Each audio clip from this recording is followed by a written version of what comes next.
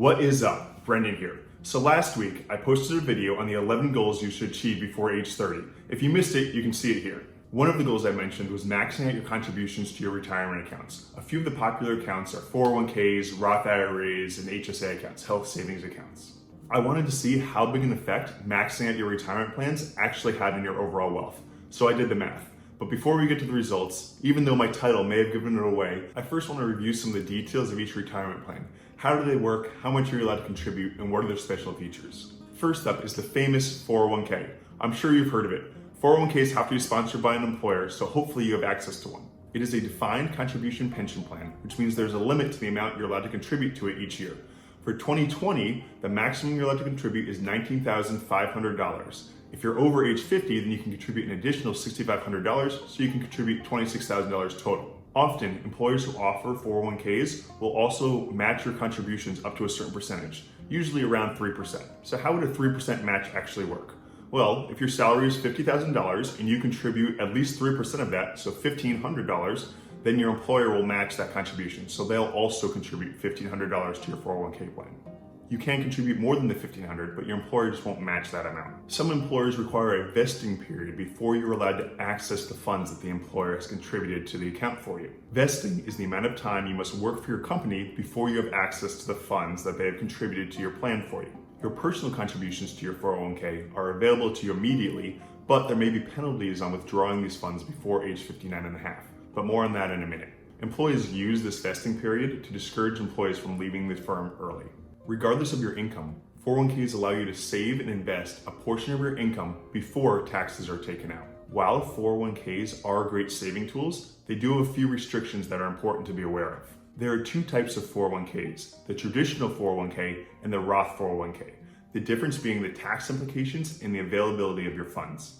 The traditional 401k is much more common than the Roth 401k, but if your employer offers the Roth option, it may make sense for you depending on your unique situation. So what are the differences? For traditional 401ks, contributions are made before taxes are removed, but you do pay income tax on the contributions and earnings when they are withdrawn. Contributions to Roth 401ks are made with money that has already been taxed, but there is no tax when the funds are withdrawn. Typically, a traditional 401k is better for someone who believes they'll have lower taxes in the future than they have today, and the opposite is true for a Roth 401k. The second difference is that traditional 401ks do not allow you to access the funds before age 59 and a half. If you do, then there will be a 10% penalty on the amount withdrawn on top of the income taxes you owe. There are a few exceptions to this. For the Roth 401k, as long as you've held the account for 5 years, then you have free access to the funds, tax and penalty free. One important thing though is that 401ks can charge fees, so it's important to be aware of these and decide what is best for your situation. If your employer does not offer a 401k, fear not, because you can still contribute to an IRA. There are many types of IRA accounts, the most common being the traditional IRA and the Roth IRA. The traditional IRA is similar to the traditional 401k in that you can contribute pre-tax money that can grow tax deferred. Traditional IRAs also do not allow withdrawals before age 59 and a half, or there will be a 10% penalty, but they are available to anyone and do not have to be sponsored by an employer. A Roth IRA, like a Roth 401k, is funded with after-tax money, but it allows you to withdraw your funds tax-free. The contribution limits for IRAs is a little lower than 401ks. For 2020, you're allowed to contribute up to $6,000. If you're over 50, you can contribute an additional $1,000, but there are income limitations in the amount you're allowed to contribute. In 2020, for traditional IRAs, if your modified adjusted gross income is greater than $65,000 for individual tax filers and $104,000 for married filing jointly, then you're restricted in the amount of your contribution that you are allowed to deduct. If your income is over $75,000 for individual filers and $124,000 for married filing jointly, then you can't deduct any of your contribution. For Roth IRAs, these income limitations are a little higher. Individual tax filers can contribute directly to Roth IRAs if their income is below $139,000. For married filing jointly, this limit is $206,000. If you make over $124,000 for an individual tax filer and $196,000 for married filing jointly, then the amount you're allowed to contribute begins to tier down. If your income is over these amounts, then fear not. You can still contribute to a Roth IRA through backdoor Roth IRA contributions. So how do those work? You are allowed to make after-tax contributions directly to your traditional IRA regardless of your income. Execute a backdoor Roth IRA contribution, you first make an after-tax contribution to your traditional IRA, limited to $6,000 if under 50, you get an extra $1,000 if you're over 50, and then you immediately roll over that entire amount to your Roth IRA. This is a fully legal strategy to get around the Roth IRA income limitations. In order to execute this properly, you have to first make sure that all of your traditional IRA accounts are empty. You can do this by first rolling them over into your 401k accounts. Roth IRAs have several other advantages in addition to their tax-free growth and distributions. First, you don't have to take required minimum distribution like you do with traditional IRAs and traditional 401ks. The traditional accounts require the owner to withdraw a specified amount of the account each year beginning at age 72. This age limit used to be 70 and a half, but with the recent Secure Act, it was pushed up to 72. This withdrawal is taxable, so it is in your best interest to leave as much money earning tax-deferred growth in your account as possible. Also, Roth IRAs allow you to withdraw some of your funds tax and penalties free before age 59 and a half. You can withdraw an amount up to the net amount you contributed to your Roth IRA penalty free, as long as it's been 5 years since you opened and first funded your account. You can withdraw an amount up to the net contributions you put into the account at any time, regardless of age, tax and penalty free. You can withdraw the earnings on your contributions to your Roth IRA as long as it's been at least 5 years since you first opened and funded a Roth IRA account and you are over age 59 and a half. There are a few other conditions that can enable you to withdraw money early from your IRA accounts, such as a first home purchase or disability. If these conditions are not met, then early withdrawals of earnings can be subject to taxes and a 10% penalty. Now, on to health savings accounts, HSAs. HSAs are the best. They are my favorite investment vehicles. And I know, they aren't technically retirement accounts, but they can be used as one, so hear me out. HSA accounts are triple tax-free. And what I mean by this is that your initial contribution is tax deductible, the earnings grow tax-free, and as long as you withdraw the funds for qualified medical expenses, then you don't need to pay tax on the withdrawals. So it is essentially money that you never need to pay tax on, and there are no other investment vehicles like this out there. And the best part is that the funds you put in the HSA account do not have to be used in the year they're contributed, like in a flexible spending account. And even though to get the full tax advantage, you have to use the money for qualified medical expenses, those expenses don't even have to be incurred in the year that you withdraw the funds from your account. So what do I mean by this? Let's say, for example, that this year you broke your arm and incurred $1,000 in medical expenses.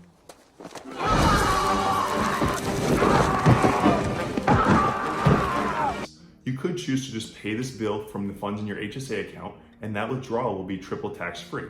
Or you could choose to pay this from your checking account and allow that money in the HSA to continue to grow over time. You save your receipts, and in the future, after your money has already grown tax-free for a long period of time, then you can pay yourself back the $1,000. And this $1,000 can be used for anything, like retirement expenses. The other great thing about HSA accounts are once you reach age 65, they become very similar to traditional IRAs and traditional 401ks. You can withdraw the funds for any reason, penalty free, but there will be income taxes on those amounts if they aren't used for qualified medical expenses. Any withdrawals from HSA accounts before age 65 that aren't for qualified medical expenses will incur a 20% penalty and be taxable, so make sure you don't do that. To be eligible for an HSA account, you must be covered under a high deductible healthcare plan. For 2020, a high deductible plan is defined for single people as $1,400 deductible and for families as $2,800 deductible. Also, you cannot be enrolled in Medicare. If you have any questions if you're eligible, please call your healthcare provider and I'm sure they can help. Now, obviously, these are not all of the retirement accounts available. These are a few of the common ones available to most people, though. You may have access to a 403b plan instead of a 401k, and they're very similar. You may also have access to a plan like a 457 plan. And if you do, I definitely recommend you take advantage of those. When it comes to those of you who are self-employed, you have many more options available. Everyone's situation is unique, and a different plan may be ideal for you. If you have any questions, I definitely recommend reaching out to a licensed professional. So now that we've gone over the details of each plan, let's get down to it. What advantage does maxing out these retirement plans have to your bottom line? I made a few assumptions to determine the effect that this would have. First, I assumed we had an investor who was 30 years old and hadn't invested anything prior to today. They're going to retire age 65, they currently earn $65,000 a year, and they spend $25,000 a year. I also assume they can get investment returns of 7% and that inflation will be 3% a year. In the first scenario, I assume that they did not make any contributions to their retirement accounts, and any additional savings they had were invested in a taxable investment account. In the second scenario, I assume that this individual maxed out all the retirement accounts I mentioned before, HSA account, 401k, and Roth IRA, and then any additional savings were invested in a taxable investment account. So what are the results? By retirement at age 65, the person in scenario 1 that didn't contribute to retirement accounts would have about $3.5 million in their account. All of this money is in a taxable investment account, so the person is only subject to capital gains tax on the earnings. In the second scenario, where the individual maxed out their retirement accounts, they had $6 million by age 65. But this money is in a mixture of taxable accounts, which has capital gains tax due on the earnings, a 401k account, which any withdrawals are fully taxable, and an HSA and a Roth IRA account, which can have some tax-free withdrawals, but may also be taxable in the future. Because of these tax differences, I wanted to see how much this hypothetical person could withdraw from their funds throughout retirement so that by age 100, they had $0 left. I found that for scenario 1, they were able to withdraw $70,000 per year, whereas scenario 2, they were able to withdraw $95,000 per year. So in scenario 2, the individual had an additional $875,000 to spend throughout their retirement. Now this all assumes working until age 65. If you're looking to retire early though, contributions to these retirement plans still make sense. The Roth IRA and HSA accounts really are a no-brainer. You can withdraw your contributions to your Roth IRA at any age, tax and penalty free. The HSA accounts you can use for qualified medical expenses at any time, tax-free. But contributions to your 401k also make sense if you're planning to retire early. First, you can boost your savings by taking advantage of the tax savings when you contribute to a 401k. But when withdrawing money from your 401k account, you do have a few options available to you. First, you could just see your 401k account as your retirement money, and you spend down your other accounts first. The idea of using this strategy is that you just throw enough money into your 401k account so that it can support you after you reach age 59 and a half. Using the earlier example, let's say that you live on $25,000 a year, and you can withdraw 5% per year from your 401k account in a combination of earnings, dividends, interest, and a little bit of principal. You would then need $500,000 scaled up for inflation to whichever year you reach 59 and a half to support that spending. Let's say you're 30 years old now, and each year since age 21 when you began working, you made half of the maximum contributions to your retirement accounts. So it'd be around $90,000 of contributions you've made. And let's assume that your investments grow at 5% per year after inflation. So what will your account be worth at age 60? The answer, of course, is $90,000 times 1 plus 5% to the power of 30 years. This is about $388,975 after inflation. So in the year 2050, 30 years from now, you'd be able to purchase what $388,975 would today. This is a little less than the $500,000 needed that we calculated earlier, but you can see how close we got by just contributing for that 9-year period and not even maxing out retirement accounts. Maxing out your 401k today will get you to that mark in no time. And then you only have to worry about saving enough to carry you from the day you retire until age 60. So your second option is that after you retire, you can begin annual Roth IRA conversions. This strategy takes advantage of the fact that after you retire, generally your income is extremely low. This pushes you into a very low tax bracket and sometimes 0% tax. First, you need to build up your 401k and any other savings, and then you retire. Then you are in a very low tax bracket and you can begin rolling over a portion of your 401k each year into your Roth IRA account. This rollover is taxable to you because you are in such a low tax bracket and may be tax-free. Then you must leave the money in your IRA account for at least 5 years, after which you're allowed to pull out your contributions tax and penalty free. The earnings in your conversions will have to stay in the account until age 59 and a half, but this strategy is triple tax-free, similar to an HSA account. If you really want to take advantage of this strategy, you can begin a recurring distribution, where each year you roll over enough from your 401k into your Roth IRA to cover your expenses.